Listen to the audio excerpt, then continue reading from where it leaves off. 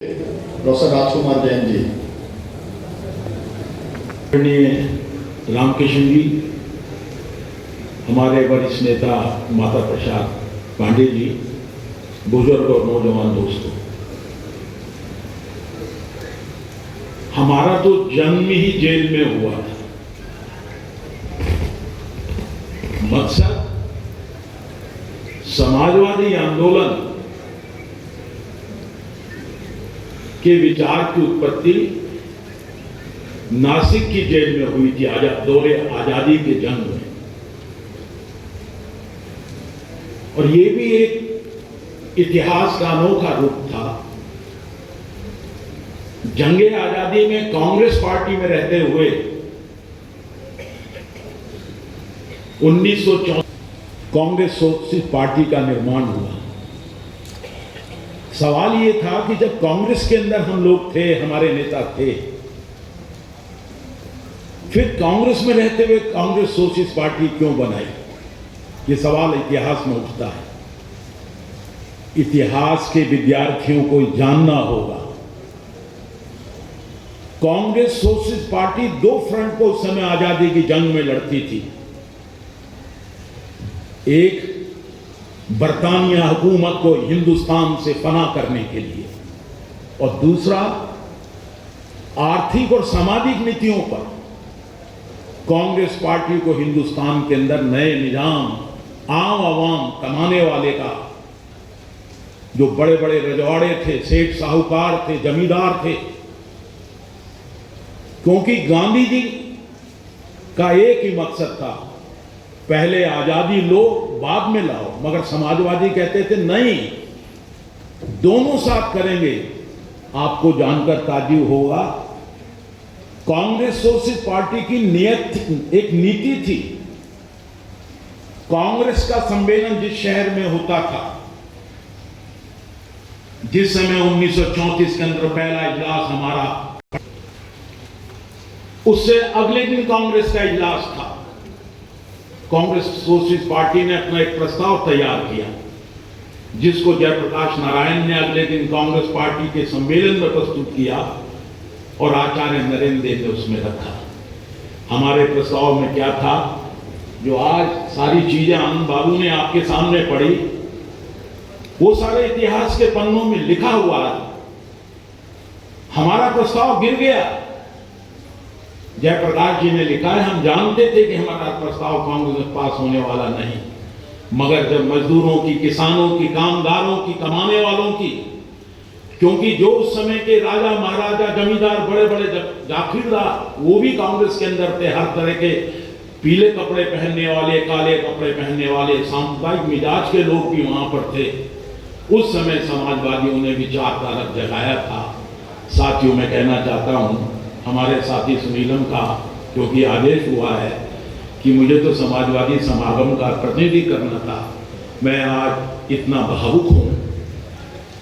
बहुत दिन के बाद 60 साल से मैंने अपनी कांग्रेस पार्टी, अपनी सोशलिस्ट पार्टी के इतिहास को देखा है। पांडे जी, 1966 में मैं डॉक्टर लोहिया के साथ दिल्ली की जेल के अंदर बंद था। लड़कपन के उस सपनों से लेकर आज तक हिंदुस्तान में ये समाजवादी हैं, जिन्होंने हर फ्रंट पर, हर मोर्चे के ऊपर, हर बार हिंदुस्तान के अंदर पहल कर उस जहर को पिया है। ये हमारे नेता थे। जिस समय हिंदुस्तान के अंदर आजादी की जंग में तो किया ही किया। जवाहरलाल नेहरू ने अपनी कैबिनेट में जब प्रेसिडेंट थे तो दो ही लोगों को चुना था। एक जयप्रकाश नारायण को लेबर सेल का इंचार्ज बना के कहा नीतियां बनाओ, और डॉक्टर लोहिया को फॉरेन डिपार्टमेंट का अपना इंचार्ज बनाया। आजाद होते वक्त चाहते थे कि दोनों लोग हमारे काबीना में आए, मगर हमारे रहबरों ने मुल्क में जमहूरियत के लिए जितनी कांग्रेस पार्टी सरकार की जरूरत थी, उतनी अपोजिशन की भी है, उसको देखते हुए मंत्री पद को छोड़कर सियासत के बेअराम में फिर निकल गए। 1948 में निकलकर पहली बार डॉक्टर लोहिया जब नेपाल की राणाशाही के खिलाफ दिल्ली में प्रदर्शन करने जाते हैं, 2 महीने की सजा फिर उनको मिलती है। यह हमारा इतिहास है।